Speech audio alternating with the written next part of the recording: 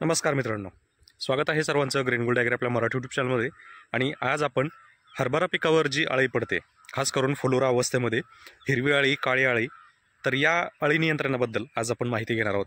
तर जे शेतकरी आपल्या ग्रीन गोल्ड ॲग्री चॅनलवर नवीन असतील त्यांनी चॅनलला सबस्क्राईब करा, सोबत नोटिफिकेशन बेल प्रेस करा, म्हणजे आलेल्या व्हिडिओचं नोटिफिकेशन तुम्हाला मिळेल। तर आता हा जो हरभरा दिसतोय तुम्हाला, तर हा आता आपला फुलोरा अवस्थेमध्ये आहे। आणि फुलोरा अवस्थेमध्ये असतानाच या कालावधीमध्ये आपल्याला अळीचा जो आहे प्रादुर्भाव हा जास्त जाणवतो।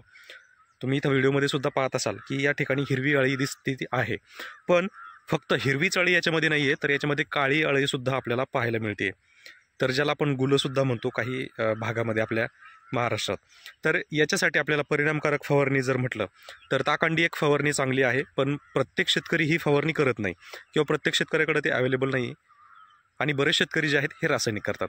मग अशा परिस्थितीत रासायनिकमध्ये नेमकं काय घेतलं पाहिजे, कारण बऱ्याच वेळा शेतकऱ्यांना कोराजन सजेस्ट केलं जातं। तर मित्रांनो, एक नेहमी लक्षात ठेवा, फुलोरा अवस्थेमध्ये जर पीक असेल तर कोराजन कधीही घ्यायचं नाही। याचं कारण असं आहे की ज्यावेळेस तुम्ही फुलोरा अवस्थेमध्ये कोराजनची फवारणी घेता तर त्यावेळेस एक 10% एका प्रमाणात होईना फुलगळी होत असते।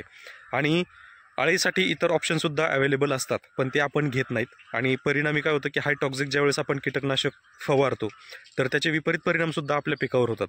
म्हणून हरभरा पिकावर जी काही अळी पडते तर या अळीसाठी आपल्याला इमामेक्टिन बेंझोएट 5% EC हे वापरायचे। आणि याचं प्रमाण जे आहे, सर्वसाधारण शेतकरी आपल्याकडं 10 ग्रॅम प्रतिपंपाचं प्रमाण घेतात, पण आपल्याला 10 ग्रॅमऐवजी इथं 12 ग्रॅम वापरायचं आहे, ज्यामुळं तुम्हाला कोराजन मारण्याची वेळ येणार नाही। आणि 10 ग्रॅम जे आपण प्रमाण घेतोय तर त्याच्यामध्ये कधी कधी काय होतं की काही अळी ही जिवंत राहते, ती पूर्ण मरत नाही। त्याच्यासाठी 12 ग्रॅम घेतल्यानंतर आपल्याला चांगल्या प्रकारे रिझल्ट येतो आणि अळीसुद्धा पूर्ण नियंत्रण करता येते। तर त्याच्यासाठी तुम्ही कोणतेही इतर महागडे किंवा इमामेक्टिन बेंझोएटपेक्षा स्ट्रॉंग आणि महाग अशी कीटकनाशकं शक्यतो वापरू नका। इमामेक्टिन बेंझोएटमध्ये सुद्धा चांगल्या प्रकारे रिझल्ट हा मिळतो, फक्त प्रमाण जे आहे 2 ग्रॅम जास्त वापरायचं पंपासाठी। जर नैसर्गिकमध्ये विचार केला तर ताकांडी सगळ्यात बेस्ट आहे, पण तुमच्याकडे ते तेवढ्या दिवसाचं तयार झालं पाहिजे, किमान 20-25 दिवसाचं आपल्याकडे तयार असलं पाहिजे अळी नियंत्रणासाठी। जर तुम्ही ताकांडी वापरत असाल तर ताकांडीमध्ये आपल्याला काय करायचं आहे की जिथे आपले 5 पंप होतात तिथं आपल्याला 7 पंप झाले पाहिजे, म्हणजे आपल्याला याचं प्रमाण जे आहे थोडंसं दाट घ्यायचं आहे, पूर्ण झाड ओलं झालं पाहिजे।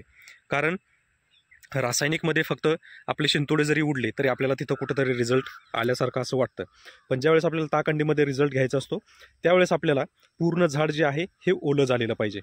तर शेतकरी मित्रांनो, ही आहे आजच्या अळी नियंत्रणावर व्हिडिओ। हा व्हिडिओ तुम्हाला कसा वाटला नक्की कळवा। व्हिडिओ जर आवडला असेल तर व्हिडिओला लाईक करा, चॅनलला सबस्क्राईब करा, आणि हो, व्हिडिओला शेअर करायला विसरू नका। तसेच तुम्हाला आणखी काय माहिती पाहिजे हे कमेंटमध्ये नक्की कळवा, त्याच्यावर आपण सविस्तर व्हिडिओ बनवू। तर चला, भेटूया पुढच्या व्हिडिओमध्ये। धन्यवाद।